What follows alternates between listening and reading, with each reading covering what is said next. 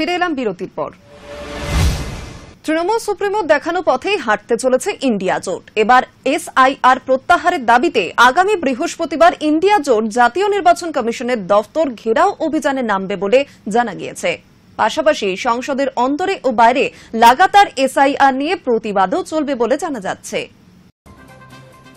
Trinamool supremo Mamata বন্দ্যোপাধ্যায়ের দেখানো পথেই হাঁটতে চলেছে ইন্ডিয়া। তৃণমূলের পরিকল্পনা অনুযায়ী এসআইআর প্রত্যাহারের দাবিতে আগামী বৃহস্পতিবার ইন্ডিয়া জোট জাতীয় নির্বাচন কমিশনের দফতর ঘেরাও করবে বলেই জানা গিয়েছে। লোকসভার বিরোধী দলনেতা রাহুল গান্ধীর উপস্থিতিতে ইন্ডিয়া জোটের সংসদীয় দলের নেতাদের বৈঠকে মমতার এই প্রস্তাব পেশ করা হয়, তা গৃহীতও হয়েছে। সেই মোতাবেক কমিশন ঘেরাওয়ের কর্মসূচি নিয়েছেন ইন্ডিয়া জোটের সাংসদরা। সঙ্গে সংসদের অন্দরে ও বাইরে লাগাতার এসআইআর নিয়ে প্রতিবাদও চলবে। কলকাতায় ২১শে জুলাই মঞ্চ থেকে এসআইআর এর বিরুদ্ধে সুর চড়িয়েছিলেন মমতা বন্দ্যোপাধ্যায়। সচিত্র পরিচয়পত্রের কাণ্ডারি মমতা হুঁশিয়ারি দিয়েছিলেন, বাংলায় এসআইআর এ বৈধ ভোটারদের নাম বাদ গেলে নির্বাচন কমিশনের দফতর ঘেরাও করা হবে। সেই মোতাবেক বৃহস্পতিবার এই প্রস্তাব পেশ করেন তৃণমূলের রাজ্যসভার দলনেতা ডেরেক ওব্রায়েন। প্রস্তাব গ্রহণ করেছে ইন্ডিয়া জোটের নেতারা। এই কর্মসূচিতে কি পোস্টার হবে তাও কার্যত ঠিক হয়ে গিয়েছে বলেই খবর। বুধবার সংসদ চত্বরে দাঁড়িয়ে তৃণমূল সাংসদ অভিষেক বন্দ্যোপাধ্যায় বলেছিলেন, এসআইআর হল সাইলেন্ট ইনভিজিবল রিগিং।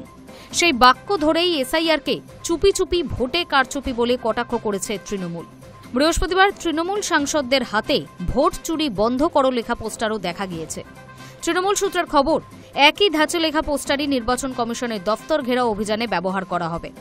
অন্যদিকে বৃহস্পতিবারও এসআইআর নিয়ে আলোচনার দাবিতে উত্তাল হয়েছে সংসদ। বিরোধীদের প্রতিবাদের জেরেই দুই কক্ষেই দফায় দফায় মুলতবি হয়েছে অধিবেশন। লোকসভায় তৃণমূল কংগ্রেসের উপদলনেতা কাকলি ঘোষ দস্তিদার এসআইআর নিয়ে মুলতবি প্রস্তাব দিয়েছিলেন।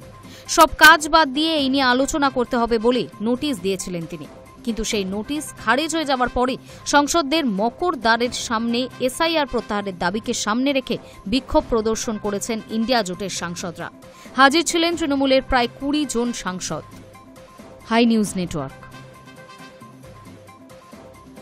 এবার অনিল আম্বানিকে তলব করল ইডি। শুক্রবার তার সঙ্গে সম্পর্কিত একাধিক অফিস এবং অন্যান্য স্থানে ইডি তল্লাশি চালাচ্ছে।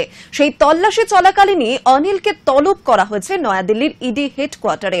আগামী ৫ তারিখ হেডকোয়ার্টারে হাজিরা দিতে হবে অনিলকে। এবার অনিল আম্বানিকে তলব করল ইডি। শুক্রবারও তার সঙ্গে সম্পর্কিত একাধিক অফিস এবং অন্যান্য স্থানে ইডি তল্লাশি চালাচ্ছে। সেই তল্লাশি চলাকালীনই অনিলকে তলব করা হয়েছে নয়াদিল্লির ইডি হেডকোয়ার্টারে। আগামী ৫ তারিখ হাজিরা দিতে হবে তাকে। আর্থিক তছরূপের তদন্ত চলছে রিলায়েন্স গ্রুপের প্রমোটিং ডিরেক্টর অনিলের বিরুদ্ধে। অন্তত ১৭,০০০ কোটি টাকার প্রতারণার অভিযোগ রয়েছে তার নামে। সেই অভিযোগের ভিত্তিতেই গত সপ্তাহেই তার ৫০টি সংস্থায় তল্লাশি চালালো ইডি। বৃহস্পতিবার দিল্লি ও মুম্বাইয়ের ৩৫টি জায়গায় তল্লাশি শুরু হয়। জিজ্ঞাসাবাদ করা হয় অন্তত ২৫ জনকে।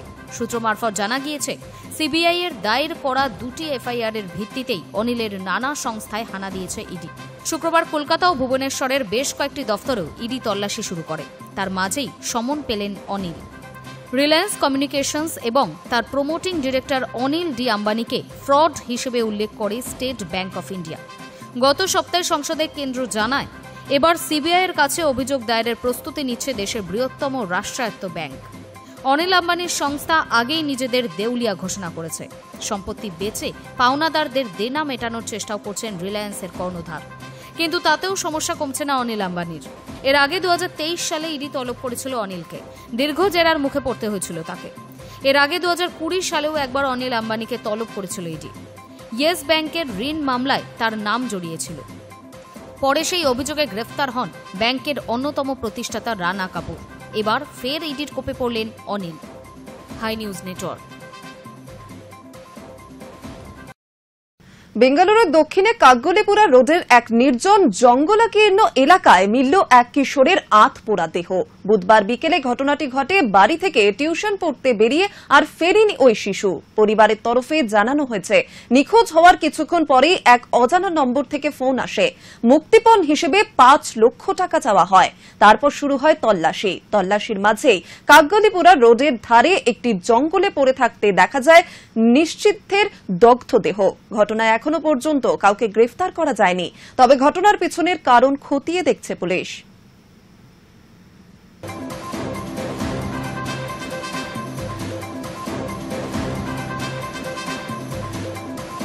নির্বাচনের আর বেশি দেরি নেই। ভোটের আগে বিহারে বাড়ানো হলো কর্মীদের বেতন।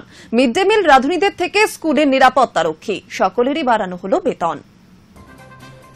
2026-এ বিধানসভা নির্বাচন রয়েছে বিহারে। হাতে আর মাসখানেক সময়, আর ভোট আসতেই কল্পতরু রূপে মুখ্যমন্ত্রী নীতিশ কুমার দ্বিগুণ করে দিলেন মিড ডে মিল রাঁধুনিদের বেতন।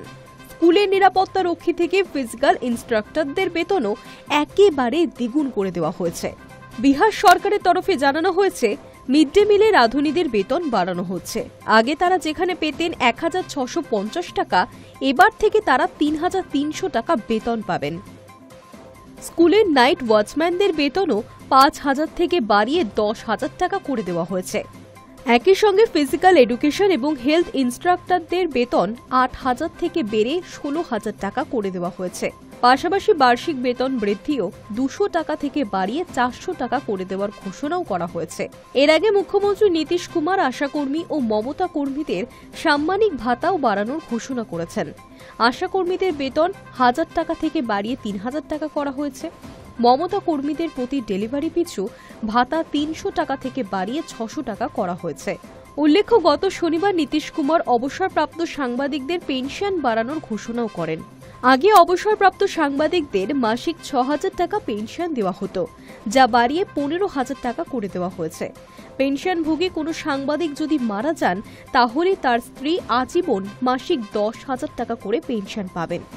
2009 সাল থেকে এই পেনশন প্রকল্প শুরু করেছিল বিহার সরকার। Hi news network.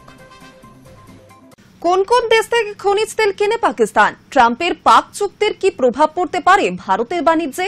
পাকিস্তানে বিশাল তৈল ভান্ডার গড়ে তুলতে আগ্রহী আমেরিকা। সেই মর্মে দুই দেশের মধ্যে চুক্তিও স্বাক্ষর হয়ে গিয়েছে। কিন্তু আমেরিকা ও পাকিস্তানের জ্বালানি চুক্তির কি প্রভাব পড়তে পারে ভারতে? আমেরিকার প্রেসিডেন্ট ডোনাল্ড ট্রাম্প পাকিস্তানের সঙ্গে বৃহস্পতিবার একটি জ্বালানি চুক্তি স্বাক্ষর করেছেন। সমাজ মাধ্যমে নিজেই জানিয়েছেন, পাকিস্তানে বিশাল তৈল ভান্ডার গড়ে তুলতে যৌথভাবে কাজ করবে আমেরিকা। এমনকি ভবিষ্যতে কখনো ভারতেও তেল বিক্রি করতে পারে পাকিস্তান। কিন্তু ট্রাম্পের এই চুক্তি থেকে ভারতের কি আদৌ আতঙ্কিত হওয়ার কোনো কারণ আছে? আমেরিকা ও পাকিস্তানের জ্বালানি চুক্তির কি প্রভাব পড়তে পারে ভারতে? ভারত মূলত খনিজ তেল কিনে থাকে রাশিয়া থেকে, সেটাই আমেরিকার মাথা ব্যথার কারণ।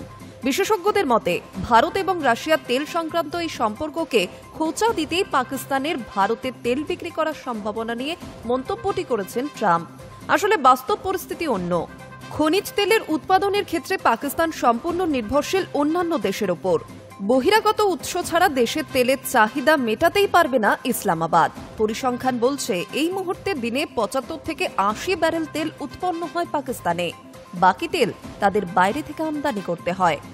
অভ্যন্তরীণ চাহিদা মেটাতে পাকিস্তান আমদানি করে দিনে প্রায় 1.3 থেকে 1.4 লক্ষ ব্যারেল তেল। এক্ষেত্রে তাদের প্রধান ভরসা পশ্চিম এশিয়া। সৌদি আরব এবং সংযুক্ত আরব আমিরশাহীর কাছ থেকে পাকিস্তান প্রধানত খনিজ তেল কিনে থাকে। এছাড়াও সময় বিশেষে কুয়েত এবং কাতার থেকেও তেল কেনা হয়। অন্যদিকে ভারত খনিজ তেল কিনে থাকে রাশিয়া, ইরাক, সৌদি আরব থেকে। কখনো কখনো সংযুক্ত আরব আমিরশাহী এবং আমেরিকাও এই তালিকায় থাকে। তবে রাশিয়ায় বর্তমানে ভারতের খনিজ তেলের প্রধান যোগানদার। ইউক্রেনের সঙ্গে রাশিয়ার যুদ্ধ শুরু হওয়ার পর আমেরিকা সহ পশ্চিমের দেশগুলি রাশিয়ার উপরে একাধিক বিধিনিষেধ আরোপ করেছিল। সেই সময় বড়সড় ধাক্কা খেয়েছিল রুশ তেল বাণিজ্য। ফলে ক্রেতা দেশগুলিকে আকর্ষণ করতে রাশিয়া সেই সময়ে খনিজ তেলের দামে অনেক ছাড় ঘোষণা করে। ভারত তখন থেকে জাতীয় এবং অর্থনৈতিক স্বার্থে রাশিয়ার থেকেই তেল বেশি করে কিনতে শুরু করে।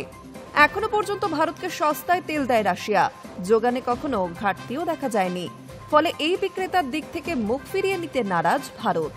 বিশেষজ্ঞদের মতে, আমেরিকা এবং পাকিস্তানের সাম্প্রতিক চুক্তি নিয়ে ভারতের আশঙ্কার তেমন কোনো কারণ নেই, কারণ পাকিস্তানের নিজস্ব তেল বিক্রির ক্ষমতাই নেই। তাছাড়া ভারত এবং পাকিস্তানের মধ্যে দ্বিপাক্ষিক বাণিজ্যও এখন বন্ধ রয়েছে। তবে ভারত রাশিয়ার বাণিজ্যে পশ্চিমে কিছু অস্বস্তি রেখে গেল ট্রাম্পের ঘোষণা। নয়াদিল্লির ওপর তা কূটনৈতিক চাপ বৃদ্ধি করতে পারে। মনে করা হচ্ছে, পাকিস্তানে একটি বিকল্প জ্বালানির ভান্ডার তৈরিতে আগ্রহী আমেরিকা। তবে সেই প্রক্রিয়া দীর্ঘমেয়াদী। অদূর ভবিষ্যতে ভারতের চিন্তার কোনো কারণ নেই। Hi news Network. জরুরি অবস্থা তুলল মায়ানমারের সামরিক জুন্টা। ডিসেম্বরে ভোটের প্রতিশ্রুতি দিলেন জেনারেল হাইং।